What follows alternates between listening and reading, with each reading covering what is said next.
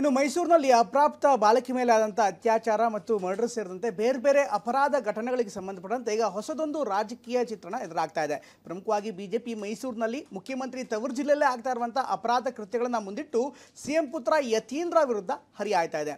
ಮುಖ್ಯವಾಗಿ ಸಿಎಂ ಪುತ್ರ ಯತೀಂದ್ರ ಅವರು ಪೊಲೀಸ್ ಇಲಾಖೆಯಲ್ಲಿ ಹಸ್ತಕ್ಷೇಪ ಮಾಡ್ತಾ ಇರುವಂಥದ್ದೇ ಅಥವಾ ವರ್ಗಾವಣೆ ದಂಧೆ ಆರೋಪ ಮಾಡ್ತಾ ಇರುವಂಥದ್ದು ಇದೆಲ್ಲವೂ ಕೂಡ ಕಾರಣ ಅನ್ನುವಂಥ ಮಾತುಗಳು ಕೇಳಿಬರ್ತಾ ಇದೆ. ಹೀಗಾಗಿ ಬಿಜೆಪಿ ನಾಯಕರು ಈಗ ಮುಖ್ಯಮಂತ್ರಿ ಪುತ್ರನನ್ನೇ ಟಾರ್ಗೆಟ್ ಮಾಡ್ತಾ ಇದ್ದಾರೆ. ಕಾಂಗ್ರೆಸ್ ನಾಯಕರು ಬಿಜೆಪಿ ನಾಯಕರಿಗೆ ಇದೆಲ್ಲವೂ ಕೂಡ ಸುಳ್ಳಿನ ಸರಮಾಲೆ ಅಂತ ಕೌಂಟರ್ ಕೊಟ್ಟಿದ್ದಾರೆ. ಈಗ ಮತ್ತೆ ಚೀಫ್ ಮಿನಿಸ್ಟರ್ ಆಗಿ 2.5 ವರ್ಷ ಇದ್ದೀನಿ. ಮತ್ತೆ ಇನ್ನೂ 2 ವರ್ಷ ಇರ್ತೀರಿ? ಇನ್ನೂ 2.5 ವರ್ಷ ಇರ್ತೀವಿ. ನೀವು ಮುಖ್ಯಮಂತ್ರಿ ಯಾವ ಪುರುಷಾರ್ಥಕ್ಕೋಸ್ಕರ ಸರ್? ಇಲ್ಲಿ ಮೈಸೂರಿನಲ್ಲಿ ಸಾಮಾನ್ಯ ಒಂದು 9 ವರ್ಷದ ಮಲಗಿದ್ದ ಬಾಲಕಿನ ಎತ್ಕೊಂಡೋಗಿ ರೇಪ್ ಮಾಡ್ತಾರೆ, ಮರ್ಡರ್ ಮಾಡ್ತಾರೆ ಅಂತಂದ್ರೆ ಮೈಸೂರಲ್ಲಿ ಏನ್ ನಡೀತಿದೆ ಸರ್? ನಿಮ್ ಮೂಗಿನ ಕೆಳಗಡೆ ಇರುವಂತ ಮೈಸೂರಿಗೆ ಭದ್ರತೆ ಇಲ್ವಲ್ಲ ಸರ್? ಮೈಸೂರಿನ ಎಲ್ಲಾ ವಿಚಾರಗಳನ್ನು ಈಗ ಅವರ ಮಗನೇ ಮಾಡ್ತಾ ಇದ್ದಾರೆ ಅನ್ನೋದು ಎಲ್ಲರ ಮನೆ ಮಾತಾಗಿದೆ. 24 ಗಂಟೆ ಒಳಗಡೆ ಕ್ರಾಕ್ ಮಾಡಿರುವಂತ ನಮ್ಮ ಪೊಲೀಸರಿಗೆ ಈ MLA ಗಳ ಮಿನಿಟ್ ಕಾಟ, ಇಲ್ಲಿ ಯತೀಂದ್ರ ಕಾಟ, ಯತೀಂದ್ರ ವರ್ಗಾವಣೆ ಖಾತೆ ಸಚಿವರದು ಅವ್ರಿಗೆ ಟ್ಯಾಕ್ಸ್ ಕಟ್ಟಬೇಕು. ಮೈಸೂರಿನಲ್ಲಿ 9 ವರ್ಷದ ಬಾಲಕಿ ಅತ್ಯಾಚಾರ ಮತ್ತು ಹತ್ಯೆಯ ವಿಚಾರ ಈಗ ರಾಜ್ಯದಲ್ಲಿ ತಲ್ಲಣ ಸೃಷ್ಟಿಸಿದೆ. ಮುಖ್ಯಮಂತ್ರಿ ತವರು ಜಿಲ್ಲೆಯಲ್ಲೇ ಇಂಥ ಭೀಕರ ಕೃತ್ಯವೆಸಗಿರೋದು ನಿಜಕ್ಕೂ ನಾಚಿಕೆಗೇಡಿನ ಸಂಗತಿ. ಈಗ ಈ ಅಪರಾಧ ಕೃತ್ಯಗಳು ಹೊಸ ತಿರುವನ್ನ ಪಡೆದುಕೊಳ್ತಾ ಇವೆ. ಸರ್ಕಾರದ ವಿರುದ್ಧ ಸತ್ಹೋದ ಕಾನೂನು ಸುವ್ಯವಸ್ಥೆ ಅಂತ ಆರೋಪಿಸುತ್ತಿರುವ ವಿಪಕ್ಷ ಬಿಜೆಪಿ ನಾಯಕರು ಇಂಥ ಪ್ರಕರಣಗಳಿಗೆ ಮುಖ್ಯಮಂತ್ರಿ ಪುತ್ರ ಡಾಕ್ಟರ್ ಯತೀಂದ್ರ ಆಡಳಿತದಲ್ಲಿ ಹಸ್ತಕ್ಷೇಪವೆಸಗ್ತಿರೋದೇ ಕಾರಣ ಅಂತ ಮುಗಿಬಿದ್ದಿವೆ. ಹಿಂದೆ ಹಲೋ ಅಪ್ಪ ಅಂತಲೇ ಸಾಕಷ್ಟು ಸುದ್ದಿಯಲ್ಲಿದ್ದ ಡಾಕ್ಟರ್ ಯತೀಂದ್ರ ವಿರುದ್ಧ ಈಗ ಮತ್ತೆ ವಿಪಕ್ಷಗಳು ಸಿಡಿದಿವೆ. ಇದೇ ಕಾನೂನು ಸುವ್ಯವಸ್ಥೆ ಬಗ್ಗೆ ಮಾಜಿ ಸಂಸದ ಪ್ರತಾಪ್ ಸಿಂಹ ಧ್ವನಿ ಎತ್ತಿದ್ದಾರೆ.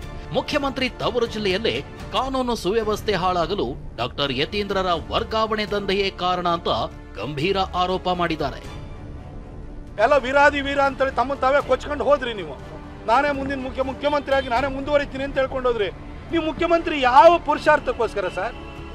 ಇಲ್ಲಿ ಮೈಸೂರಿನಲ್ಲಿ ಸಾಮಾನ್ಯ ಒಂದು 9 ವರ್ಷದ ಬಾಲಕಿಗೆ ಇವತ್ತು ರಕ್ಷಣೆ ಇಲ್ಲ ಅಂತಂದ್ರೆ ಅಪ್ಪ ಅಮ್ಮನ ಜೊತೆ ಮಲಗಿದ್ದ ಬಾಲಕಿನ ಎತ್ಕೊಂಡೋಗಿ ರೇಪ್ ಮಾಡ್ತಾರೆ, ಮರ್ಡರ್ ಮಾಡ್ತಾರೆ ಅಂತಂದ್ರೆ ಮೈಸೂರಲ್ಲಿ ಏನ್ ನಡೀತಿದೆ ಸರ್? ನಿಮ್ ಮೂಗಿನ ಕೆಳಗಡೆ ಇರುವಂತ ಮೈಸೂರಿಗೆ ಭದ್ರತೆ ಇಲ್ವಲ್ಲ ಸರ್? ಪೊಲೀಸ್ ಇಲಾಖೆಯಲ್ಲಿ ಇವತ್ತು ಹೇಗಾಗಿದೆ ಅಂತಂದ್ರೆ ಈ MLA ಗಳ ಮಿನಿಟ್ ಕಾಟ, MLA ಗಳಿಗೆ ಟ್ಯಾಕ್ಸ್ ಕಟ್ಟಾದ್ಮೇಲೆ ಇಲ್ಲಿ ಯತೀಂದ್ರ ಕಾಟ, ಯತೀಂದ್ರ ವರ್ಗಾವಣೆ ಖಾತೆ ಸಚಿವರದು ಅವ್ರಿಗೆ ಟ್ಯಾಕ್ಸ್ ಕಟ್ಟಬೇಕು. 24 ಗಂಟೆ ಒಳಗಡೆ ಕ್ರಾಕ್ ಮಾಡಿರುವಂತ ನಮ್ಮ ಪೊಲೀಸರಿಗೆ ಈ ಕಾನೂನು ಸುವ್ಯವಸ್ಥೆನ ಕಾಪಾಡೋ ಶಕ್ತಿನೂ ಇದೆ. ಆದ್ರೆ ಅವರಿಗೆ ಈ ಮಿನಿಟ್ ಕಾಟ, ಈ ವರ್ಗಾವಣೆ ದಂಧೆ ಕಾಟ, ಹಾಗೆ ಅರೆಸ್ಟ್ ಮಾಡ್ತು ಅಂತ ಹೇಳಿದ್ರೆ ಯಾವ ಜಾತಿ ಮಿನಿಸ್ಟರ್ ಕಾಲ್ ಮಾಡ್ತಾನೆ ಅನ್ನೋ ಕಾಟ. ಈ ಮಾತಿಗೆ ಉಳಿದ ಬಿಜೆಪಿ ನಾಯಕರು ಧ್ವನಿಗೂಡಿಸಿದ್ದಾರೆ. ಮೈಸೂರಿನ ಸಂಪೂರ್ಣ ಆಡಳಿತದ ಹಿಡಿತ ಯತೀಂದ್ರ ಕೈಯಲ್ಲಿದೆ ಅಂದಿದ್ದಾರೆ. ಮೈಸೂರಿನ ಎಲ್ಲಾ ವಿಚಾರಗಳನ್ನು ಈಗ ಮುಖ್ಯಮಂತ್ರಿಗಳು ಹ್ಯಾಂಡಲ್ ಮಾಡ್ತಾ ಇಲ್ಲ, ಅವರ ಮಗನೇ ಮಾಡ್ತಾ ಇದ್ದಾರೆ ಅನ್ನೋದು ಎಲ್ಲರ ಮನೆ ಮಾತಾಗಿದೆ. ಹಿಂದಿನ ಅವಧಿಯಲ್ಲಿ ಸಿದ್ದರಾಮಯ್ಯನವರಿದ್ದಾಗ ಅಲ್ಲೊಂದು ಇಲ್ಲೊಂದರಲ್ಲಿ ಮಾತ್ರ ರಾಕೇಶ್ ಸಿದ್ದರಾಮಯ್ಯ ಹಸ್ತಕ್ಷೇಪ ಮಾಡ್ತಿದ್ರು.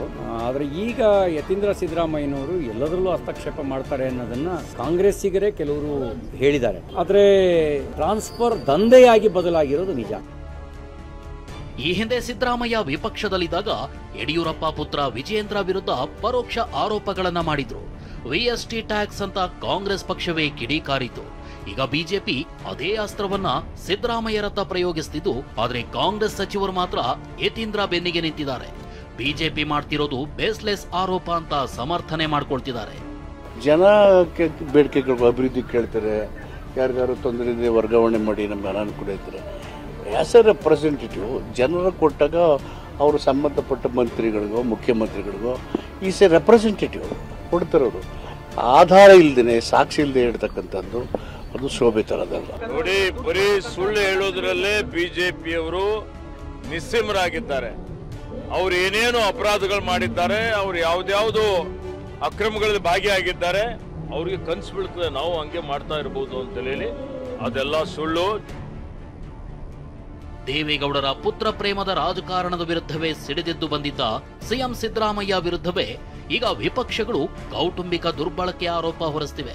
ಇತ್ತ ಬಿಜೆಪಿಗೆ ತಿರುಗೇಟು ನೀಡಿರೋ ಕಾಂಗ್ರೆಸ್ ಸಚಿವರು ಕಾಮಾಲೆ ಕಣ್ಣಿಗೆ ಎಲ್ಲವೂ ಹಳದೆ ಅಂತಿವೆ.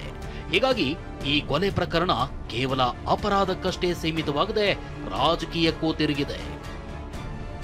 ಮೈಸೂರಿನಿಂದ ರಾಮ್ ಜೊತೆ ಹರೀಶ್, TV9 ಬೆಂಗಳೂರು.